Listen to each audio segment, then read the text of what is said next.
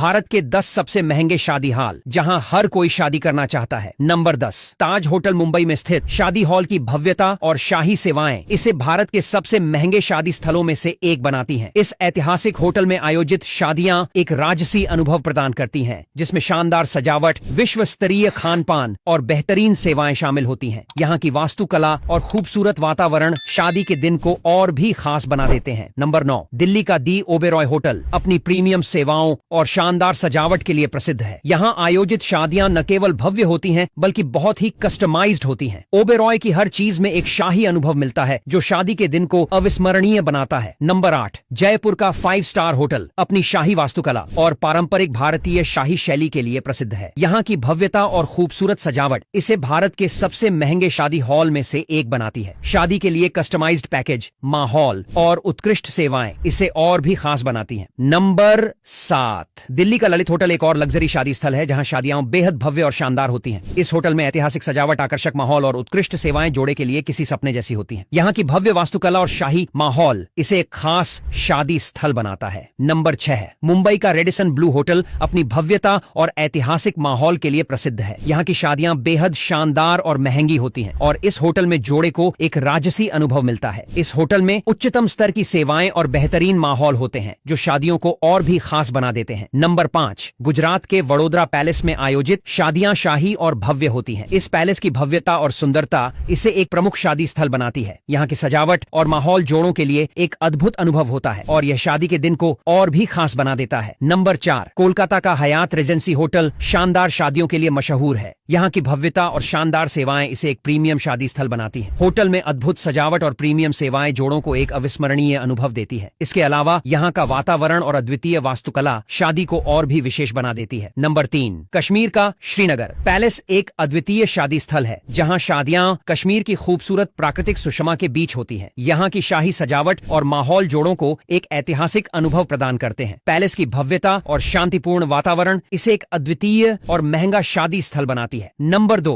मुंबई का intercontinental hotel अपने शानदार सेवाओं, भव्य सजावट और खूबसूरत माहौल के लिए प्रसिद्ध है। यहाँ आयोजित शादियां प्रीमियम और कस्टमाइज्ड होती हैं जो जोड़ों को एक सैलून जैसी भव्यता और बेहतरीन सेवाओं का अनुभव देती है। यह होटल भारत के सबसे महंगे शादी स्थलों में से एक है। नंबर 1, दिल्ली का ताज पैलेस होटल अपनी ऐतिहासिक भव्यता और शाही माहौल के लिए प्रसिद्ध है। यहाँ की शाही सजावट, उत्कृष्ट सेवाएं और भव्य विवाह हॉल इसे भारत का सबसे महंगा शादी स्थल बनाती है। इस होटल में जोड़े को पूरी तरह से कस्टमाइज्ड पैकेज और शानदार वातावरण मिलता है जो उनकी शादी को एक यादगार अनुभव बना देता है। यहाँ की सेवाएं और माहौल किसी भी शादी को एक राजसी अनुभव में बदल देते हैं। इनमें से कौन सा शादी हॉल आपको सबसे ज्यादा पसंद आया, हमें कमेंट में बताएं। ये सच है कि हजारों साल पहले डायनासोर इस धरती पर राज करते थे, लेकिन क्या आपने कभी सोचा है कि उनके समय की कोई तस्वीर भी होती? हालांकि उस समय कैमरा नहीं था और इंसान भी मौजूद नहीं थे, लेकिन जब 1880 में कैमरे का आविष्कार हुआ तो पशुओं की डॉक्यूमेंटेशन में एक नया मोड़ आया। आज की इस वीडियो में मैं आपको दिखाऊंगा उन 7 विलुप्त जीवों की अंतिम तस्वीरें जो कैमरे में कैद हुई। Number 7, quagga. देखने में ये क्वागा हॉर्स या फिर जेब्रा का हाइब्रिड लगते थे, लेकिन यह आज के दिन के जेब्रा की सब स्पीशीज हुआ करते थे। इनकी बॉडी में एक यूनिक तरह का स्ट्राइक पैटर्न हुआ करता था जो कि दिखने में जेब्रा से बिल्कुल अलग होता था। यह सिर्फ और सिर्फ साउथ अफ्रीका के ही रीजन्स में रहा करते थे। दोस्तों, इंग्लैंड और नेदरलैंड में 16 से लेकर 17 तक वॉर्स होती आ रही हैं, लेकिन जब 18 में आकर डच और ब्रिटिश की सुलह होती है तो उस दौर में उन्होंने हद से ज्यादा क्वागा का शिकार करना शुरू कर दिया। आखिरकार 1878 में आकर इनको एक्सटिंक्ट डिक्लेयर कर दिया गया। क्वागा की लास्ट फोटो आप स्क्रीन पर भी देख सकते हैं। ये एक फीमेल क्वागा की फोटो थी जिसको नेदरलैंड के एम्स्टर्डम नाम के जू में कैप्चर किया गया था। इस क्वागा के मरने के बाद जू में एक और क्वागा मंगवाने का फैसला किया गया, लेकिन पता चला कि बदकिस्मती से इंसानों की वजह से यह क्वागा इस दुनिया से मुकम्मल तौर पर खत्म हो चुके हैं। Number 6, passenger pigeon.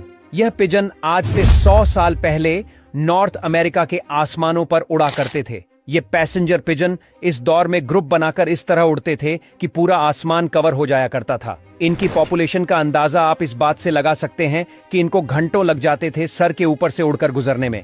इसका मतलब यह है कि उस दौर में यह बिलियंस की तादाद में हुआ करते थे। लेकिन जब नॉर्थ अमेरिका के लोगों ने सोचा कि इनको लजीज गोश्त बिल्कुल फ्री और लातादार क्वांटिटी में मिल सकता है, तो उन्होंने इन पिजन को अपना लंच, ब्रेकफास्ट और डिनर बनाना शुरू कर दिया। जब डेली बेसिस पर इनका शिकार होना शुरू हुआ तो आहिस्ता आहिस्ता इनकी तादाद कम होने लगी और फिर देखते ही देखते यह इस दुनिया से हमेशा हमेशा के लिए खत्म हो गए। स्क्रीन पर आप एक कैद हुए पैसेंजर पिजन की फोटो भी देख सकते हैं। यह एक मार्था नावी फीमेल पिजन थी जिसको यूएसए के सिंसिनेटी जू में रखा गया था। जब 1 सितंबर 1914 में मार्था की मौत होती है तो उसके बाद इसको एक्सटिंक्ट डिक्लेयर कर दिया गया। Number 5, Carolina parakeet. दोस्तों, ये पैरट्स की ब्यूटीफुल स्पीसीज में से एक हुआ करते थे जो कि साउथ ईस्टर्न यूनाइटेड स्टेट्स के जंगलों में रहते थे।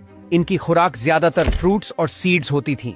ये ज्यादातर कॉकलबर्ड्स नामी प्लांट के सीड्स को शौक से खाते थे। ये सीड्स बहुत ज्यादा टॉक्सिक होते थे, इसीलिए इनको खाने के बाद पैराकीट भी जहरीले हो जाया करते थे।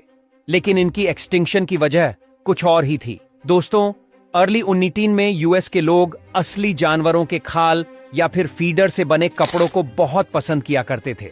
उस जमाने में एक खास किस्म की टोपी हुआ करती थी जिस पर पैराकीट के फेदर्स लगाए जाते थे। इसी वजह से पैराकीट का शिकार बहुत आम हो चुका था। इनके फेदर्स को बाजारों में बेचा जाने लगा जिससे इनके पर फैशन के लिए इस्तेमाल होने लगे। साथ ही साथ ये फसल में सीड्स की तलाश में आकर सीड्स खाते थे, जिससे किसानों ने भी इनको मारना शुरू कर दिया और देखते ही देखते इंसानों के हाथों ये ब्यूटीफुल पैरट भी एक्सटिंक्ट हो जाते हैं। ये पिक्चर इस दुनिया के आखिरी कैरोलिना नामी पैराकीट की है जिसको 1918 में एक असली कैमरा से कैप्चर किया गया था। आप यह बात जानकर हैरान हो जाएंगे कि इस पैराकीट को भी उसी पिंजरे में रखा गया जिसमें मार्था नामी लास्ट पैसेंजर पिजन को रखा गया था। नंबर 4, थाइलेसीन। इस जानवर को टस्मेनियन टाइगर या फिर टस्मेनियन वुल्फ भी कहा जाता है, लेकिन इनका टाइगर्स या वुल्फ से दूर तक का भी रिलेशन नहीं है। नाम से ही जाहिर है कि यह टस्मेनियन और इसके अलावा ऑस्ट्रेलिया में पाए जाते थे। यह कार्नी मार्सूपियल हुआ करते हैं। ये खुद से छोटे एनिमल्स का शिकार करके खाया करते थे। इसके एक्सटिंक्ट होने के पीछे 2 फैक्टर बताए जाते हैं, जिनमें से एक डिंगो डॉग्स नामी एशियंट डॉग ब्रीड थी। ये डिंगो नामी कुत्ते ऑस्ट्रेलिया से बिल्कुल बिलोंग नहीं करते थे, बल्कि इंसानों ने खुद ऑस्ट्रेलिया के जंगलों में इन्हें छोड़ा था। डिंगो की वजह से थाइलेसीन में राख को लेकर कंपटीशन बढ़ गया, जिसकी वजह से यह आज से 3000 साल पहले ही ऑस्ट्रेलिया से खत्म हो गए। इनकी एक्सटिंक्शन की दूसरी वजह तस्मानिया की गवर्नमेंट भी थी। ऑस्ट्रेलिया से खत्म हो जाने के बाद इनकी जो बाकी तादाद तस्मानिया में मौजूद थी वो खुद से छोटे जानवरों के लिए खतरा बन गई थी। इकोसिस्टम को मेंटेन करने के लिए तस्मानिया की गवर्नमेंट ने इसको मारने का भी हुक्म दिया था, जिसकी वजह से देखते ही देखते यह खत्म हो गए। आप जो इस वक्त पिक्चर देख रहे हैं यह इस दुनिया की आखिरी फीमेल थाइलेसीन की है, जिसको होबार्ट नामी जू में रखा गया था, लेकिन बदकिस्मती से तस्मानियन गवर्नमेंट के हाथों ये भी एक्सटिंक्ट हो गई। Number 3, golden toad. सबसे पहले तो आप इनको फ्रॉग्स समझने की गलती बिल्कुल ना करें, क्योंकि टॉड्स और फ्रॉग्स अलग अलग एम्फीबियन होते हैं। ये पूरी दुनिया में सिर्फ और सिर्फ कोस्ट रिका के रेन फॉरेस्ट में रहते थे। इनका कलर बहुत ज्यादा ब्राइट हुआ करता था। इनको सबसे पहले 1966 में डिस्कवर किया गया था, लेकिन 1980 में जब इनकी पॉपुलेशन काउंट की गई तो पूरे रेन फॉरेस्ट में सिर्फ 10 से 11 टॉड्स ही मिले, और दोबारा 1979 में जब पॉपुलेशन रिकॉर्ड की गई तो फिर सिर्फ और सिर्फ एक टॉड ही पूरे रेन फॉरेस्ट से मिला। कई सालों तक पूरे रेन फॉरेस्ट की तलाश जारी रही और फिर 2004 में इनको एक्सटेंट डिक्लेयर कर दिया गया। इनकी इतनी फास्ट एक्सटिंक्शन की वजह एक एम्फीबियन चाइट्रिड फंगस नामी बीमारी थी। इस बीमारी में टॉड्स की स्किन गलना शुरू हो जाती है, और जैसा कि एम्फीबियस अपनी स्किन के जरिए सांस लेते हैं, इसीलिए ये इस बीमारी को सरवाइव नहीं कर पाए और एक्सटिंक्ट हो गए। इस बीमारी से आज के दिन भी कई एम्फीबियन इफेक्ट हो रहे हैं। स्क्रीन पर आप इस दुनिया के आखिरी 10 टॉड्स की पिक्चर देख सकते हैं, जिसे डॉक्टर जे सैवेज ने कैप्चर किया था। नंबर 2, बूबल हार्टबीस्ट। इस जानवर को आपने आज से पहले अपनी लाइफ में कभी नहीं देखा होगा। बूबल हार्टबीस्ट नॉर्थ अफ्रीका के जंगलों में पाए जाते थे। इनकी अपर बॉडी रेडिश ब्राउन और इनकी बैली लाइट कलर की होती थी। साथ ही साथ इनके लंबे करवी सिंह भी हुआ करते थे। वैसे ये जानवर हर्बीवोर्स हुआ करते थे। 1830 में जब फ्रांस ने अल्जीरिया में कॉलोनाइजेशन की तो इनका जरूरत से ज्यादा शिकार किया जाने लगा। यही वजह थी जिससे यह इस दुनिया से एक्सटिंक्ट हो गए। इसके बाद 1970 में 15 बूबल हार्टबीस्ट के ग्रुप को देखा गया, लेकिन बदकिस्मती से इनके ग्रुप को देखने वाला खुद एक शिकारी था, जिसने इनमें से 12 को मार गिराया, और बाकी के तीनों बूबल हार्टबीस्ट मेल्स थे जो कि आहिस्ता आहिस्ता खत्म हो गए। स्क्रीन पर आप बूबल हार्टी बीस्ट की आखिरी फोटो देख सकते हैं, जो कि 1933 में पेरिस के जू में कैप्चर की गई थी। Number 1, barberry Lions. लायंस की ये स्पीशीज जो आप देख रहे हैं, ये इस वक्त दुनिया में बिल्कुल भी मौजूद नहीं, और ये अफ्रीकन लायंस की सब स्पीशीज हुआ करती थी। ये लायंस नॉर्थ अफ्रीका के एटलस माउंटेन पर पाए जाते थे। एटलस के पहाड़ों पर अक्सर ठंडा मौसम हुआ करता था, इसीलिए इनके बालों का कलर बहुत ज्यादा डार्क होता था, जो कि इनको सर्दी से बचने में मदद देता था। बारबेरी लायंस और अफ्रीकन लायंस में फर्क बस इनके बालों का होता है। अफ्रीकन लायंस के सिर्फ सर के पास ही बाल होते हैं, जबकि बारबेरी लायंस सर से पैर तक बालों में घिरे होते थे। आज के दिन इस दुनिया में कोई ऐसा लाइन मौजूद नहीं है जिसके बाल सर से लेकर पैर तक हो, क्योंकि इंसानों ने इनका हद से ज्यादा शिकार करके इन्हें 1940 में एक्सटिंक्ट कर दिया।